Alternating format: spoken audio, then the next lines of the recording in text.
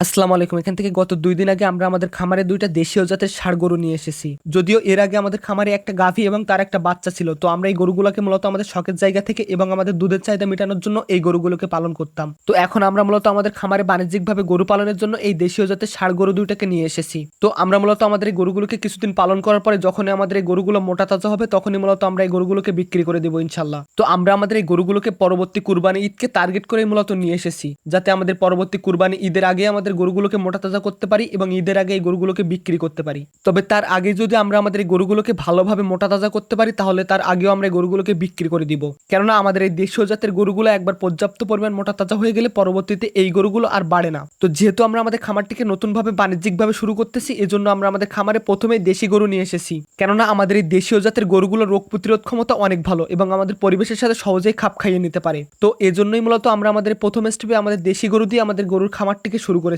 এবং তাছাড়া আমাদের এই দেশি গরুগুলোর সাইজ কিছুটা ছোট হওয়ার কারণে আমরা অল্প একটু জায়গার মধ্যে বেশ কিছু পরিমাণ গরু রাখতে পারবো। এবং আপনারা দেখবেন আমাদের দেশীয় গরুগুলোর কুরবানি ঈদের সময় বেস্ট একটি ডিমান্ড রয়েছে। আর আমরা যেহেতু আমাদের এই গরুগুলোকে সামনের কুরবানি ঈদকে টার্গেট করে পালন করতেছি সেই জায়গা থেকেই মূলত আমাদের এই দেশি গরু দিয়ে আমাদের খামারটিকে শুরু করা। তো আমরা আমাদের এই গরুগুলোকে প্রথমে নিয়ে আসার পরে আমাদের গোয়ালটিকে ভালোভাবে ব্লিচিং দিয়ে জীবাণুমুক্ত করে এরপরেই মূলত আমাদের এই গরুগুলোকে গোয়ালে উঠিয়েছি, যাতে আমাদের এই নতুন গরুগুলো ভিন্ন একটি পরিবেশে এসে প্রথমেই কোনো রোগ জীবাণু দ্বারা আক্রান্ত না হয়ে যায়। এজন্যই মূলত আমরা আমাদের গোয়ালটিকে ভালোভাবে জীবাণুমুক্ত করে এবং এই গরুগুলোকে ভালোভাবে সুন্দর মতো গোসল করিয়ে এরপরে মূলত আমাদের গরুগুলোকে খামারে উঠিয়েছি। যদিও আমাদের উচিত ছিল এই নতুন গরুগুলোকে 10 থেকে 15 দিন অন্য একটি ঘরে রেখে তারপরেই মূলত আমাদের এই মূল ঘরে নিয়ে আসা, তবে আমাদের জায়গা সংকটের কারণে এই কাজটি আমরা করতে পারিনি। তবে ইনশাল্লাহ যখন পরবর্তীতে আমরা গরুর জন্য আরো ঘর তৈরি করতে পারবো তখনই আমরা এই বিষয়টি মেনটেন করে তারপরে আমরা গরুগুলোকে মূল ঘরে নিয়ে আসবো, যাতে সেই নতুন গরুগুলোর সাথে আমাদের খামারে নতুন কোনো রোগ জীবাণু ঢুকে না যেতে পারে। তো আমরা আমাদের এই গরুগুলোকে 2 দিন নিয়ে আসার পরে খেয়াল করতেছি আমাদের গরুগুলো ঠিক মতো খাওয়া দাওয়া করতেছে না এবং আমাদের গরুগুলোর খাওয়ার চাহিদা অনেক বেশি কম।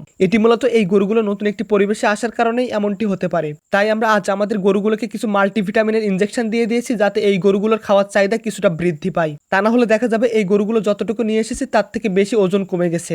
এজন্যই মূলত এই গরুগুলোকে আমরা কিছু মাল্টিভিটামিন ইনজেকশন করে দিয়েছি।